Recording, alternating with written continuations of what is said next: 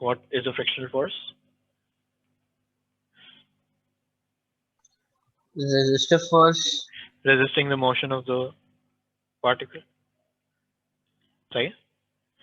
And it is always opposite to the motion. Right? Since you guys are physics students, you probably know more about friction than I do of the motion of the particle.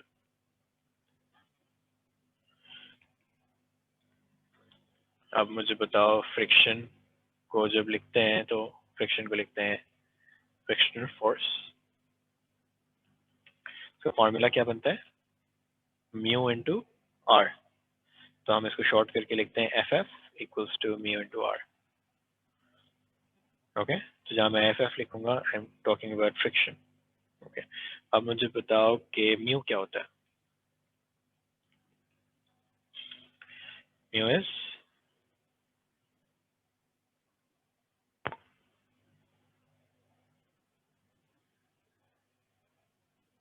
no one. It's the coefficient of friction.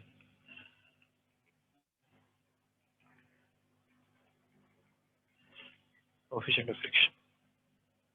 सही है. And R क्या है? R is the normal reaction.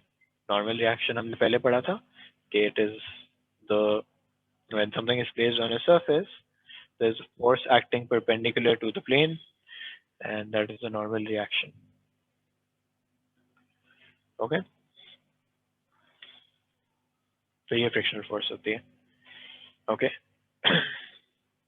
let's look at this example.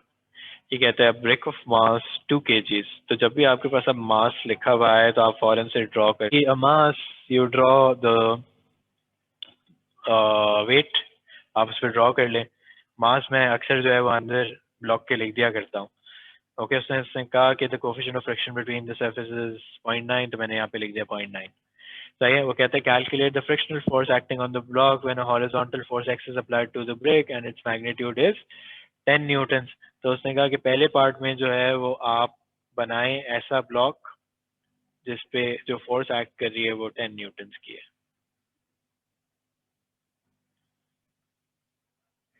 10 Newton's की है. अब frictional force तो कैसे calculate होती है? एफ एफ कैसे कैलकुलेट होती है? एफ एफ इसको पीछे पुल कर रही होगी. अच्छा, आर और नीचे क्या है? 20. तो मैं कह सकता हूँ कि आर इक्वल्स टू 20 होगा. आर इक्वल्स टू 20 क्यों होगा? Because this block is in vertical equilibrium. It's not going to move vertically. अचानक से जंप करके ऊपर नहीं चला जाएगा. This block is going to remain where it is vertically. हो सकता है हॉरिजॉन्टल मूव करे. We look at that. So F F equals to mu into R. 18. सही है. अब मुझे बताएं क्या ये ब्लॉक जो है वो पीछे मूव करना स्टार्ट कर देगा? Well, this block, अब लेफ्ट पे आपको 18 की फोर्स नजर आ रही है, राइट पे 10. Y is mass 20. एक मिनट अलीजान, मास जो है वो 20 नहीं है, वेट 20 है. वेट वाली फोर्स जो होती है वो mg होती है ना. ये तो हमने लास्ट क्लास में देखी थी. तुम फिजिक्स पढ़ते हो ना? तो ये मैंने 2 into 10 किया हुआ है, 20. ओके. अच्छा, मुझे बताएं कि will this block start moving backwards?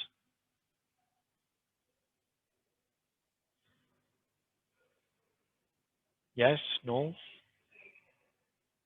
Object will stop. हाँ, स्टॉप हो जाना चाहिए. Zoeb is telling us that even if you apply 8 more newtons, it won't move. सही है. तो फ्रिक्शन से ये नहीं होता कि ब्लॉक मूव करेगा. So हम कहते हैं कि friction is there. It stops the block from moving, but it's not going to take the block in the opposite direction. Friction का काम ये नहीं होता कि वो ब्लॉक को मूव करे. It resists the motion, and that is how you describe it. सही है. So right now what you will tell me is that the block will not move because the friction, because the pulling force is not able to counter the resisting force. Okay. What about in part B? It says if there is 15 Newton force,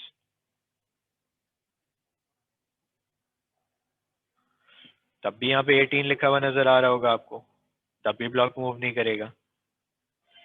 सही है. फिर part सी में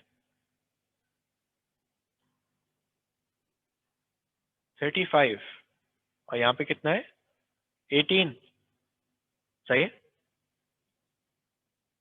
अब block move करना शुरू करेगा कहाँ पे, राइट पे। तो न्यूटन्स लॉज जो होंगे वो एक्टिवेट हो जाएंगे and you'll end up with F equals to ma.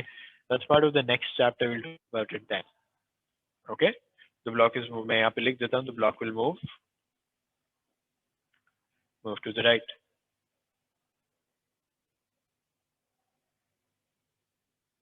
Okay,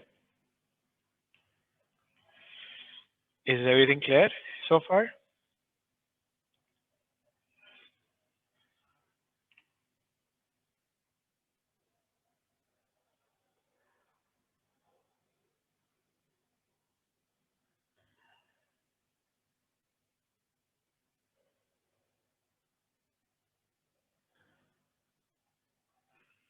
Okay,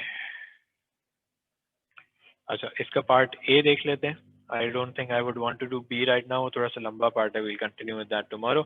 But let's look at part A. ये कहता है particle of mass 1 kg is at rest. Okay, on a horizontal floor. The coefficient of friction between the particle and the floor is half. So mu is equals to half. And what force is required to make the particle move when pulling horizontally? तो मैंने कहा एक pulling force आ गई है P. तो मुझे पता चला कि भाई अगर मैं डायग्राम पे फोर्सेस बनाना स्टार्ट करूं तो एक फोर्स यूं करके बनेगी, एक फोर्स यूं करके बनेगी जिस पे 10 आ जाएगा 1 into 10, और एक फोर्स जो है वो यूं करके बनेगी फ्रिक्शनल फोर्स. तो मैं आपसे ये कहूँगा कि जो है वर्टिकली तो मूव नहीं करना, R equals to 10 हो जाएगा. फ्रिक्शनल फोर्स का फॉर्मूला होता है mu into R. So frictional force is 0.5 into 10 and I get 5 newtons. सही है. अब शहीर जरूरी नहीं है 6 न्यूटन आ रही हो. I wouldn't say 6 newtons की force चाहिए. Anything greater than 5 would work. सही है. So the pulling force has to be greater than 5 for the block to move, for the particle to move. सही है. Are we all clear on that? Any questions?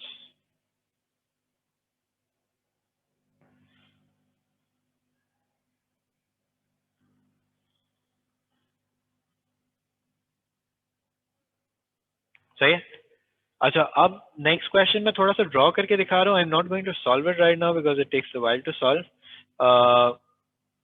मास वही 1 kg है और अब जो है वो पुलिंग फोर्स जो है वो यूं करके आ जाएगी. उसने कहा at an angle of 30 degrees to the horizontal. सही है. It's moving at 30 degrees to the horizontal.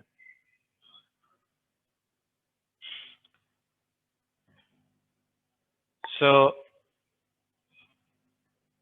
मुझे बताओ कि इस क्वेश्चन में अब डिफरेंस क्या है from the previous question. Would the frictional force again be 5? Would the frictional force be 5? That's the question.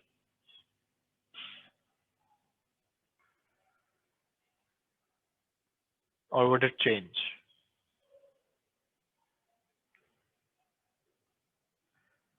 Components तो ब्रेक कर दिया. चलो मैंने P cos 30 P sin 30. मैं सवाल ये पूछ रहा हूँ जहन कि मुझे बताओ कि ये फ्रिक्शनल फोर्स जो है वो 5 ही रहेगी या सेम रहेगी. शहीर मुझे कह रहा है सेम रहेगी. अनुषा उमर भी मुझसे पूछ कह रहा है same same. What do you say Sufiyan and Shoaib?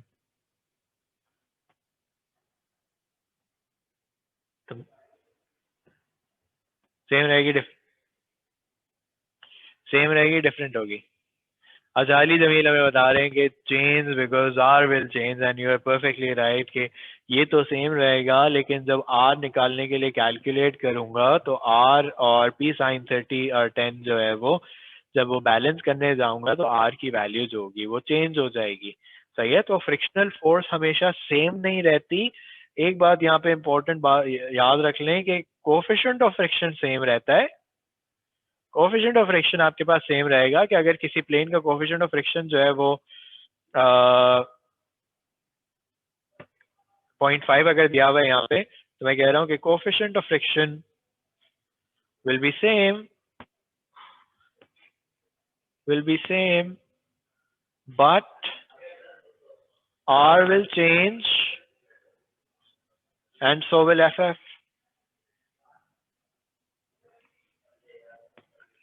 Okay? Clear? How can R change? Shahir, can you see कि मैं अब जब इसकी इक्वेशन बनाऊंगा तो ये बनेगी R plus P sin 30 equals to 10. पहले इक्वेशन बनी थी R equals to 10. Normal reaction is a force acting perpendicular to the plane. It depends on what other forces are acting on this point. Shahir? Okay? Clear? Any questions? Yeah, vertical component.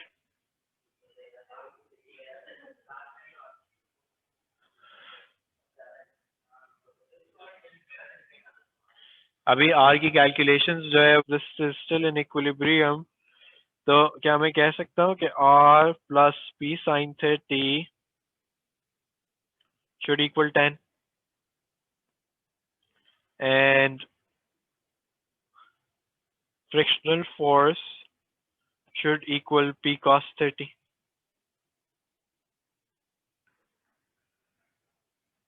सही है? Up equals to down, left equals to right. Okay? Does that make sense to everybody? Based on the diagram above?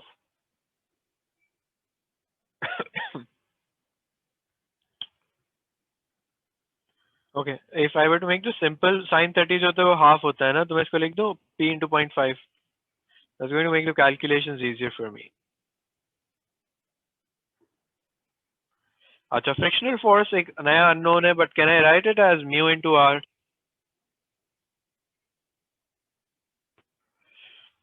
mu मुझे पता है पहले से mu क्या है 0.5 है और R क्या आ रहा है? Can I say R is now 10 minus 0.5 P? So I get root 3 over 2 P given a 5 minus 0.25 P equals to root 3 over 2 P. Can someone add these two numbers for me?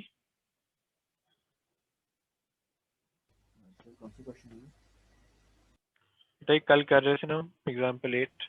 नहीं वो page कौन सा था मेरे पास page नहीं था I have no idea. You'll have to look for that. एक है दीदी में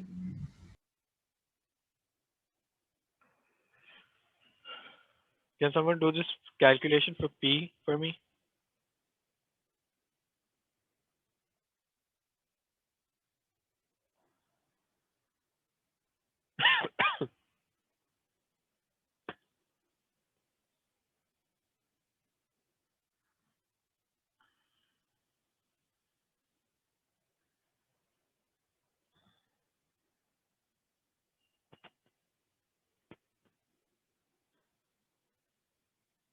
सब सो रहे हैं. 4.48.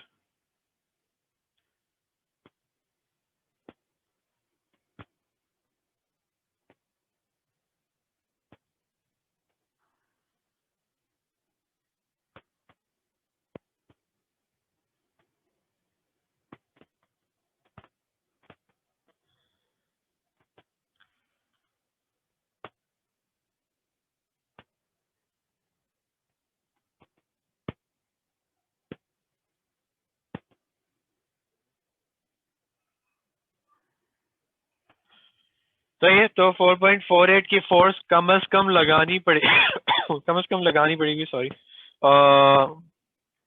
to get this particle to move if I'm pulling at an angle of 30 degrees. सही है?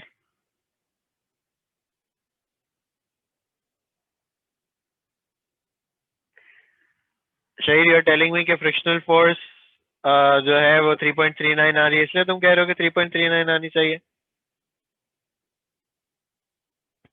Then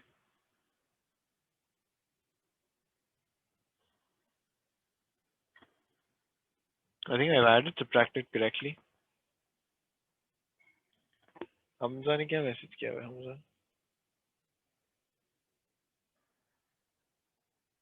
Can someone check my calculation?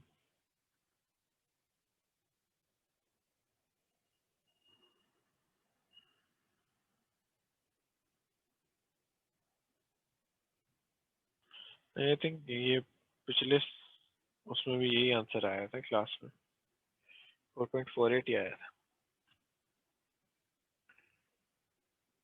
Anusha, you also got 4.48, right?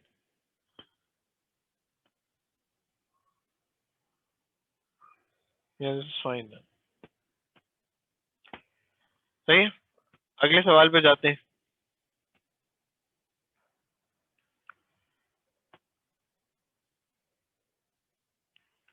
It says forces of magnitudes x and 40 act on a block B of mass 15 kg, which is in equilibrium in contact with a horizontal surface between points A and C on the surface.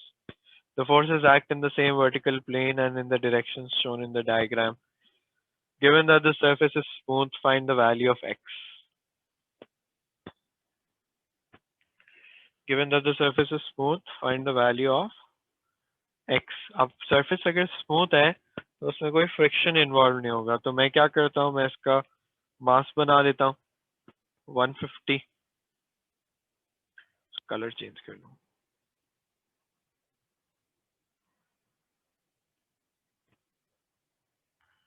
Okay 150 है. Normal reaction बना लेता हूँ. Okay और फिर मैं forces को resolve कर लेता हूँ. यहाँ पे एंगल कितना बन रहा होगा? ये 90 + 30 है तो ये 60 हो जाएगा angle. Okay and now let's try to resolve them and solve them.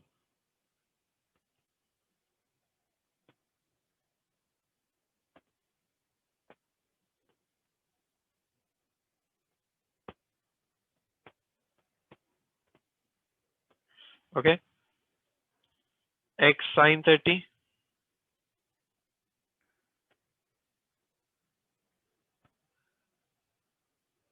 x cos 30 40 sin 60 40 cos 60.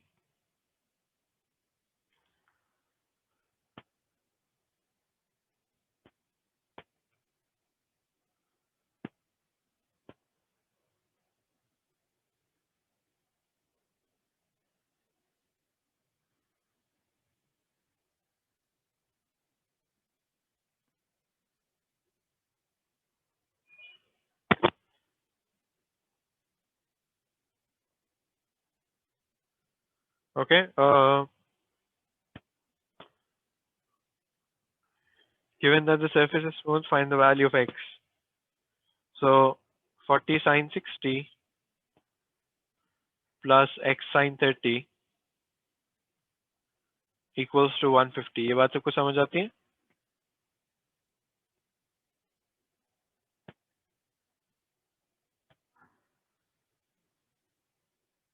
नहीं sorry एक minute I missed something. Sorry, I'm so sorry. Yeah, Shahir, you can apply Lami's theorem in this case. Not really. नहीं, Lami's theorem नहीं लगेगा. R आ गया ना, 4 forces हो गई हैं.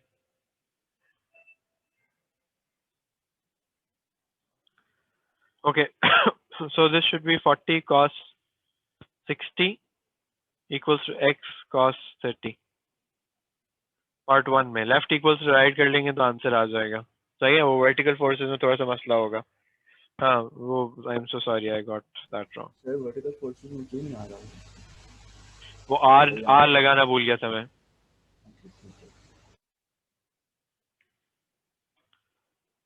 तो x की वैल्यू आ रही है 23.1. सही है. Part 2 क्या कहता है? Part 2 कहता है कि it is given instead that the surface is rough and that the contact and that the block is in limiting equilibrium. The frictional force acting on the block has magnitude 10 newtons in the direction A.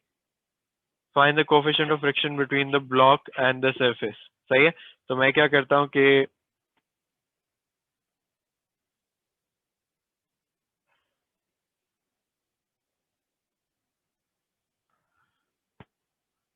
मैं इस diagram को दोबारा draw कर लेता हूँ।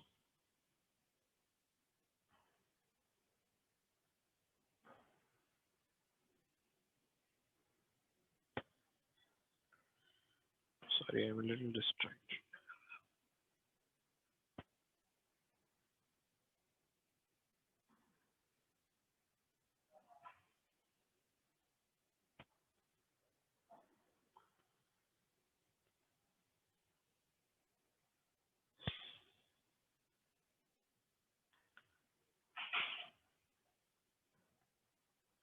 अब मुझे बताओ यहाँ पे एक और फोर्स कौन सी आ जाएगी?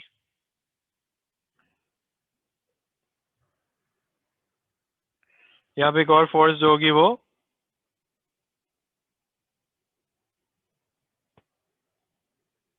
फ्रिक्शनल आ जाएगी। सही है, and it's acting in the, इसमें बताया हुआ on the direction towards a.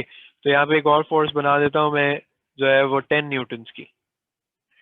Okay, अब when I start resolving this, उसने कहा find the coefficient of friction between the block and the surface, यानी म्यू की वैल्यू जाके निकालनी है। अगर आपने म्यू की वैल्यू निकालनी है तो आपको आर पता होना चाहिए। सही है, and that is what I am going to try to calculate. अब बात ये है कि इस क्वेश्चन में दोबारा से x जो होगा ना वो अननोन हो जाएगा, क्योंकि x कैसे निकला था पहले भी, x इस तरह निकला था कि हमने जो है वो लेफ्ट इक्वल्स टू राइट किया था, और पहले ये 10 न्यूटन की फोर्स जो थी वो एब्सेंट थी। तो अब हम कहेंगे कि क्योंकि ये 10 न्यूटन की फोर्स आ गई है and it's a 5 mark question, then let's see what happens, it's probably going to end up into simultaneous equations. Usman, उसमें हम, तुम r को इग्नोर नहीं कर सकते।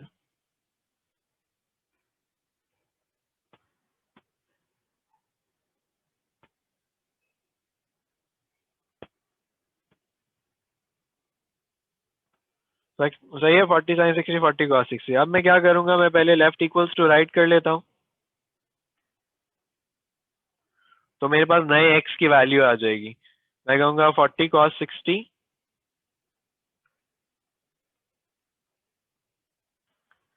plus 10 equals to x cos 30.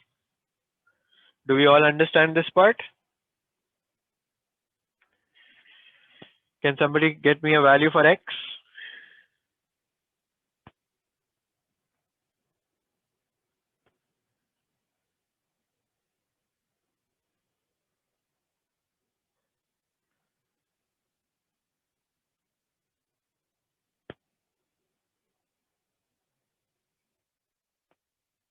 This is 20 root 3.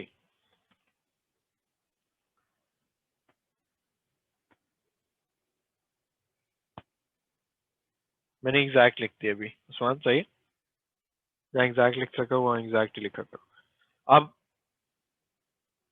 Up equals to down करते हैं। अच्छा, यहाँ पे एक वर्ड यूज हुआ था लिमिटिंग इक्विलिब्रियम, जो मैंने आपको पहले भी सिखाया था। लिमिटिंग इक्विलिब्रियम क्या होता है कि when this system is just about to move, it's not moved as yet, but it's just about to move, तो उसको हम limiting equilibrium कहते हैं। अब आप देखें कौन कौन सी है, 40 sin 60 है, r है, x sin 30 है, और डाउन जो है वो 150 है। इसमें जो है वो मैं x की वैल्यू लगा देता हूँ, और फिर आप मुझे r बता दें।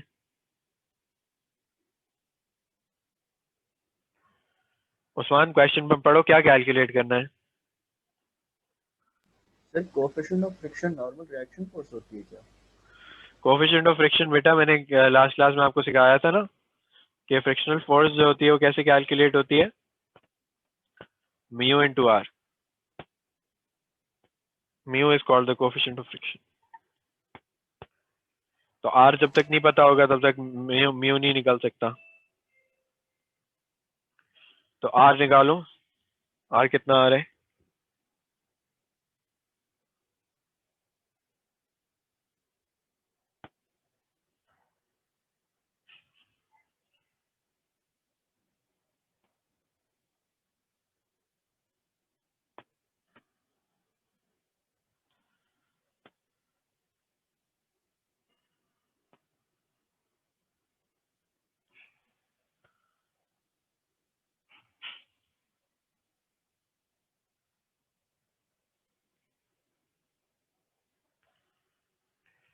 ओके फिर मैं कहूंगा अगर मुझे कोफिशिएंट ऑफ फ्रिक्शन निकालना है तो मुझे ये यूज करना पड़ेगा। फ्रिक्शनल फोर्स मेरे पास 10 है 98.04।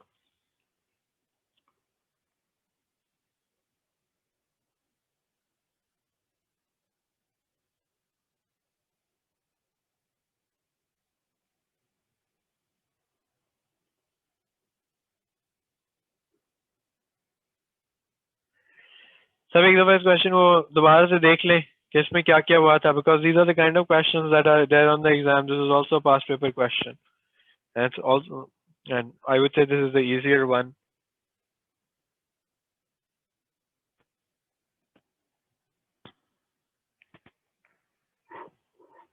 Is that clear?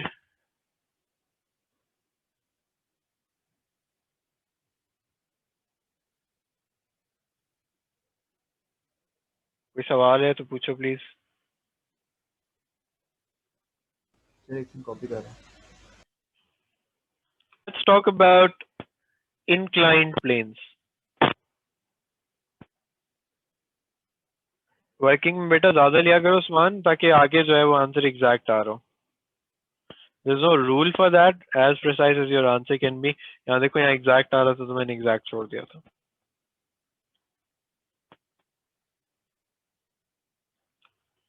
Okay. Now rough inclined planes. अब inclined planes की बात करते हैं। inclined planes आपने पहले भी पढ़ी है।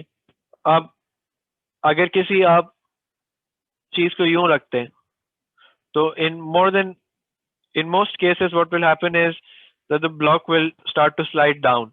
Why does it start to slide down? Because when you draw gravity on this,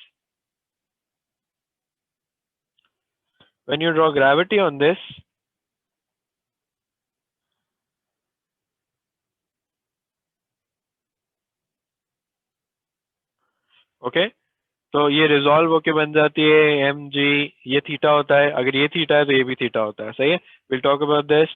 ये बनता है mg cos थीटा और ये बनता है mg sin थीटा। तो होता ये है कि भाई ब्लॉक जो है वो नीचे स्लाइड करना शुरू कर रहा होता है। इसमें नॉर्मल रिएक्शन यूं करके बनता है।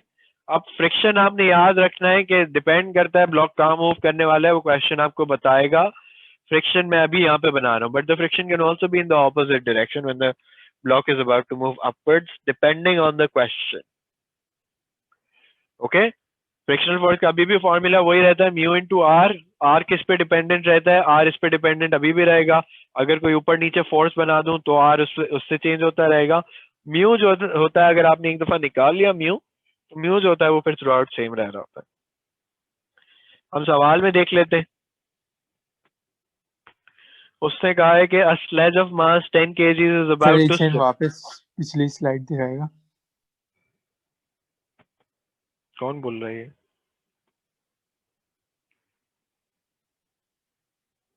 अली। अभी मैं क्वेश्चन सॉल्व करूंगा ना अली, उसमें ड्रॉ कर लेना। दिस इज मोर वेग देन आई वुड वांट। हाँ स्क्रीनशॉट ले लिया मैंने। Okay, a sledge of mass 10 kg is about to slip as it rests in limiting equilibrium on a rough plane. तो मैंने एक स्लेज बना लिया यहाँ पे, सही, एक बॉक्स बना लिया। इसका मास कितना है 10, तो मैंने इसके अंदर 10 लिख दिया। The plane is inclined at 30 degrees to the horizontal, तो मैंने जो है यहाँ पे 30 डिग्रीज का एक एंगल बना दिया। अब पहले मैं इसमें जो है उसने कहा find the coefficient of friction, यानी वो म्यू निकालने की बात कर रहा है ना। It's asking you to calculate mu. तो मैंने कहा पहले मैं इस पे सारी फोर्सेस बना लेता हूँ। पहले मुझे बताओ ये डाउनवर्ड फोर्स बनाई, this is what? This is the gravitational force, weight की फोर्स है। कितना आ जाएगा ये? तो फोर्स कितनी लिखूं? 100।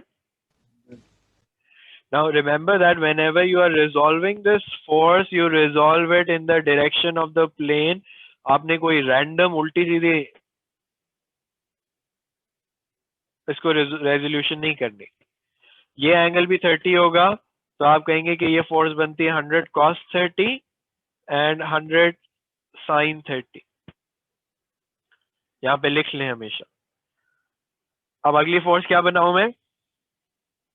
नॉर्मल रिएक्शन बनाऊंगा हमेशा। अगली फोर्स में हमेशा नॉर्मल रिएक्शन बनाऊंगा, सही है। अब मुझे बताओ फ्रिक्शन कहाँ एक्ट कर रहा होगा, नीचे या ऊपर, क्या बोल रहा हूँ उमर तुम? Where is the friction? ऊपर एक्ट कर रहा होगा, क्यों ऐसा क्यों कह रहे हो तुम? इंक्लाइंड प्लेन है, नीचे गिर रहा है। देखो अब जरूरी नहीं होता, क्वेश्चन में तुम्हें क्या कुछ कहा हुआ है उसने।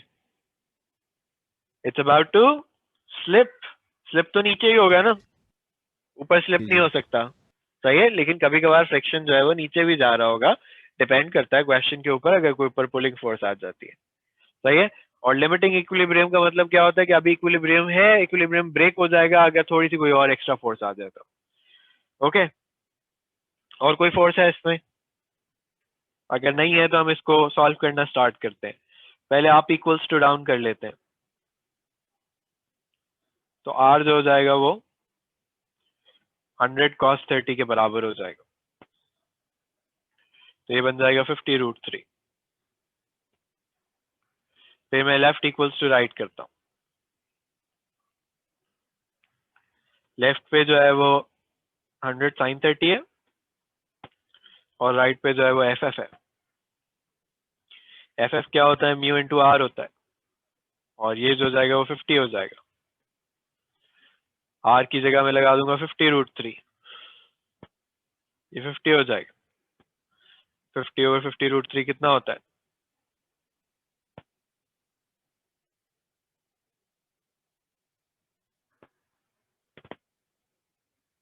0.577।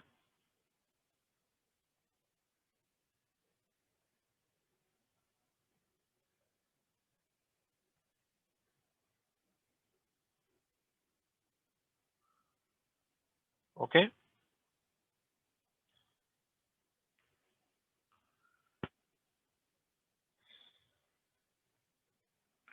does everybody understand this question?